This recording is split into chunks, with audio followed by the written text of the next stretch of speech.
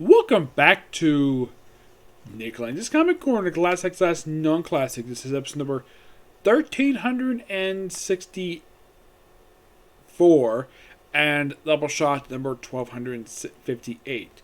I have two Marvel trades that basically contain miniseries. Yes, miniseries. First up it is the Juggernaut. No stopping now. Yep. This contains the third volume for Juggernaut. Yep. Now, giving Juggernaut miniseries probably makes a lot more sense than, let's say, giving him an ongoing series because, well, even though, yes, he's a popular character, I don't think he could sustain his own ongoing series. Limited series, I don't think much of a problem because he may be a great character. And here's the thing. This book is written by basically kind of like an old school writer, per se. Which writer writes this book? Fabian Nicieza. Yes, one of the co-creators of Deadpool writes this. You might be thinking, really? Fabian Nicieza writes this? Yeah, and by the way, he did this after he did a brief run for Nightwing. Yep. Oh, and by the way, here's the Juggernaut's new look that he sports his miniseries, which actually was mentioned in the Page of Seven Avengers. Yes, Nicieza does the writing for the series, and the artwork this book is done by Ron Garney. And of course, the cover art here is done by Jeff Shaw and Matt Molina, who's the colorist of the book. This will put basically Juggernaut's time, well, he basically is working for damage control. I mean, why the heck not? I mean, he is an unstoppable, person. And working for damage control actually makes perfect sense for him to do. Though also he deals with basically a woman he runs into who he suspects is a mutant. It actually confirms the woman is a mutant. Also, he has to deal with a lawsuit. Yes, a lawsuit from a company that went bankrupt because of his rampages. They even have reference to an old Juggernaut story from Amazing Spider-Man back in, I believe, was the 80s. It was the two-parter, Nothing Can Stop Juggernaut, from issues 229 to 230. It's an excellent two-parter. I highly recommend checking it out. Yeah, it was actually also the first time the Juggernaut fought Spider-Man. And they reference that in here, which I thought was really nice. Like, for me anyways, I know about that. That was actually quite ingenious. I knew about that because I read the issue. Despite the fact there's no editor's note for this. I'm like, really? Yeah, there's no editor's note about it. I thought that was kind of weird. Yep. And of course, y'all stay with like some other government and we're the ones taking him in, but he broke the name of Kurota, which is basically the home of mutants.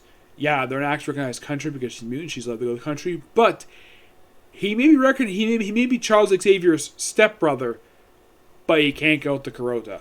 Why? He's not a mutant. That's the simple gist of it. Yes, he cannot go to the country itself. I'm like, really? Yeah, apparently it's something that goes on the X books, or apparently only mutants only for their own country. Though technically not the first time mutants have run their own country. They did the same thing, I think it was with Magneto ran Genosha. Though differences with this one is that you have the X-Men living at this time, and that's their base operations. It's been their base now for 2 years. And by the way, this came out just last year. I don't think the series actually was delayed, so I think everything else was delayed. Yep. This is now, one thing interesting about the series, we had the first time of the Juggernaut encountering Artem Zola and having a fight with a very obscure Spider-Man villain. You're probably thinking with the Sand, you're probably thinking it's a Sandman. Nope, it's a female villain named Quicksand. You're probably thinking, Quicksand? Who the heck is Quicksand? Yeah, she's a minor villain, made a debut back in the late 80s.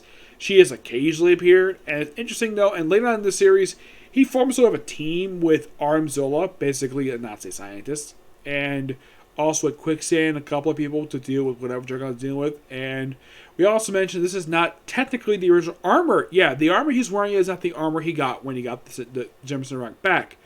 No, this is a completely different armor because the gem was shattered. Yes, the gem that's embedded in his chest was shattered. Yes, I don't think it was... I'm trying to think who actually broke it. It was, they mentioned here that it was somebody. It was one of the X-Men who broke it.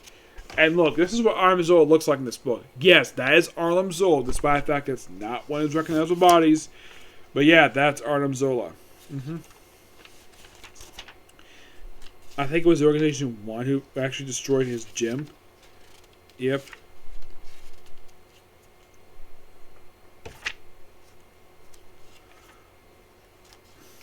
Yeah.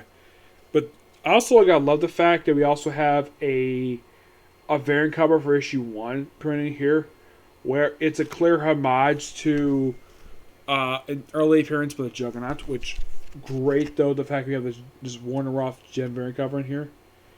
This book is just really, really good. If you're in the Juggernaut, I do recommend checking this out. It is really damn good.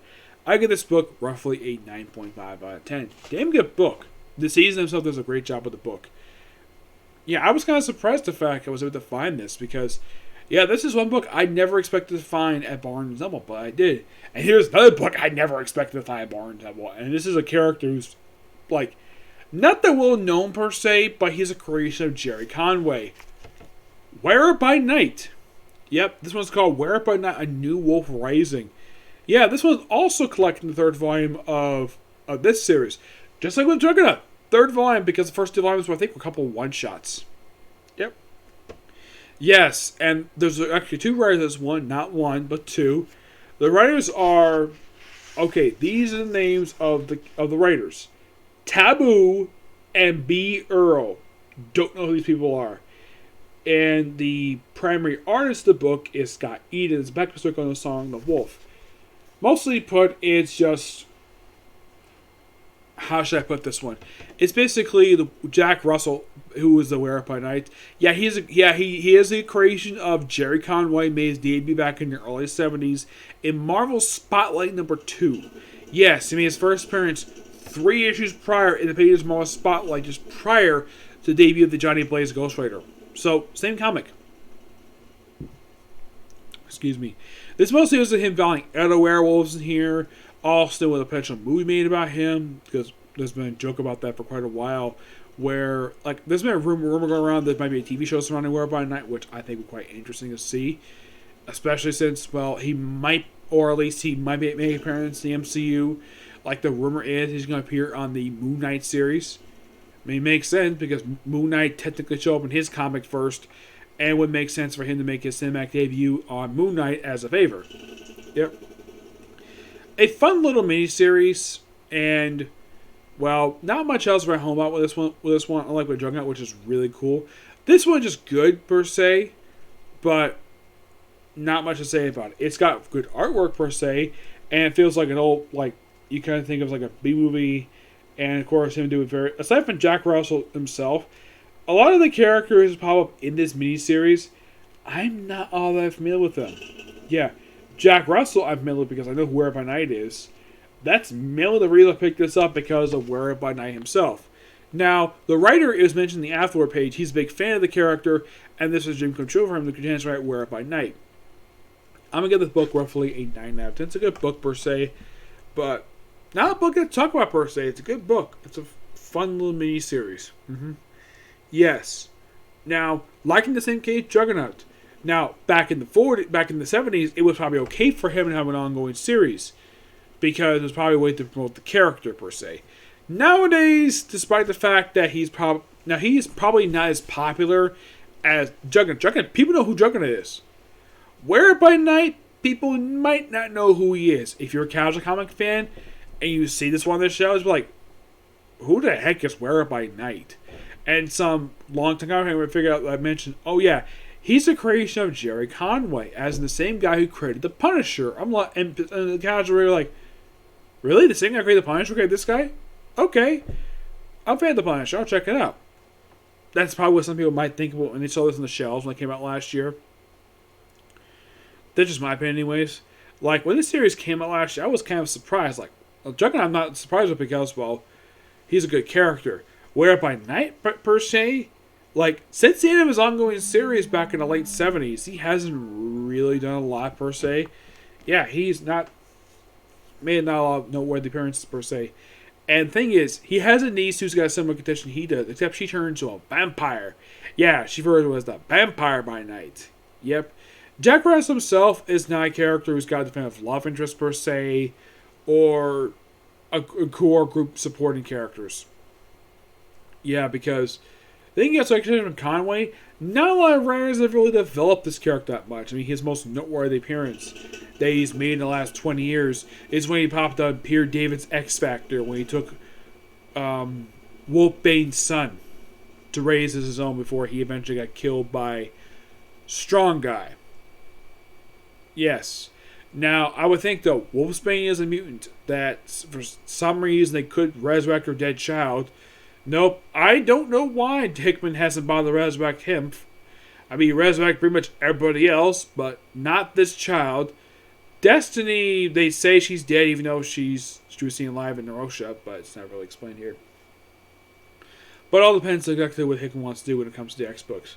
But this, it's a good story per se, and I'll leave it at that. Okay, so that's it for this particular review. Stay tuned for my review of Shaman King, and my next comic corner discussing the last two trades of the recent She-Hulk series.